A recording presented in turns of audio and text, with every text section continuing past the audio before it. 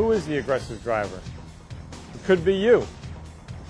When a parent might have to rush to pick up a child at a daycare center, or when you're running late for a meeting, people realize that the roads are more busy than they've been in many years. And someone is just behind me, on my tail, on my tail, on my tail. I'm going, with traffic, cuts ahead of me, is so angry with me that he comes right in front of me and cuts me off.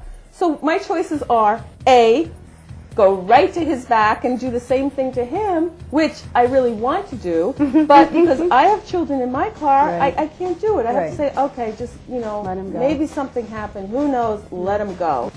And my whole biggest thing is that it's not that, okay, you cut me off, big deal, you cut me off, so what? But I mean, you could take my life in the car. Car is a weapon, man. Nassau County has recently initiated an anti-aggressive driving campaign. The goal of this campaign is to reduce auto accidents and save lives. Nationwide statistics show that about 1/2 of all accidents involve some kind of aggressive driving.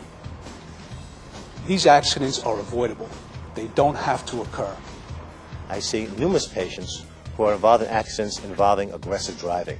In fact, just recently, several teenage girls died on a local highway as a consequence of being cut off in their car by an aggressive driver.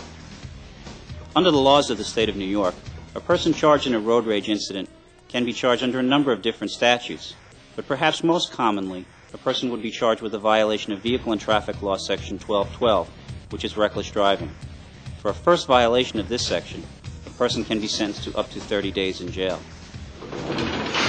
As drivers, we've all seen incidents of aggressive driving and road rage. The line is very thin and very easy to cross, but the consequences can be devastating. Many years ago, a young man was driving home from a Halloween party, and while he was driving home, some teenagers threw eggs at his car as a Halloween prank. The young man became very angry, and he decided to give chase to the teenagers.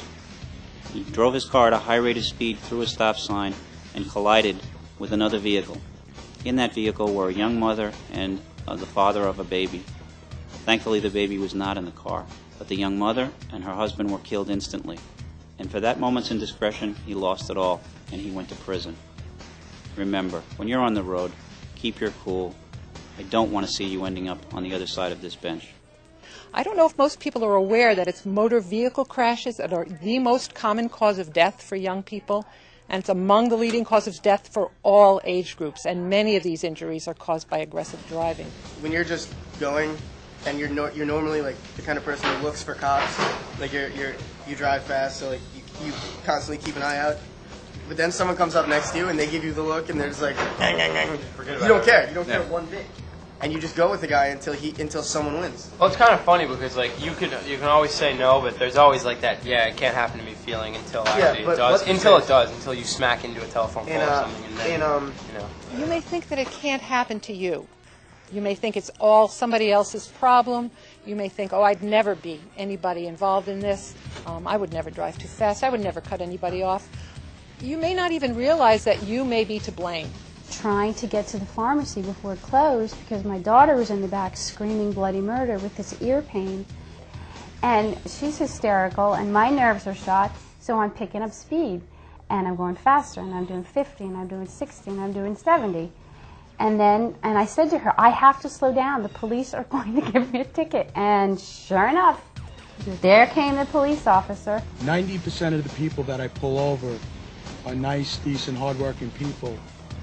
But those are the people that, when they're doing excessive speeds, end up getting into accidents and getting into arguments. We get high speeds, we get people who become impatient because the person in front of them is doing 55 and they want to do 70. They're so accustomed to exceeding the speed limit that when somebody is doing the speed limit, they have to get around that person, and whether it means cutting people off. Right now I'm going to stop this black Chevy Impala. I clocked him at 75. And we all the way over here on the left-hand lane. He all the way over in the far right.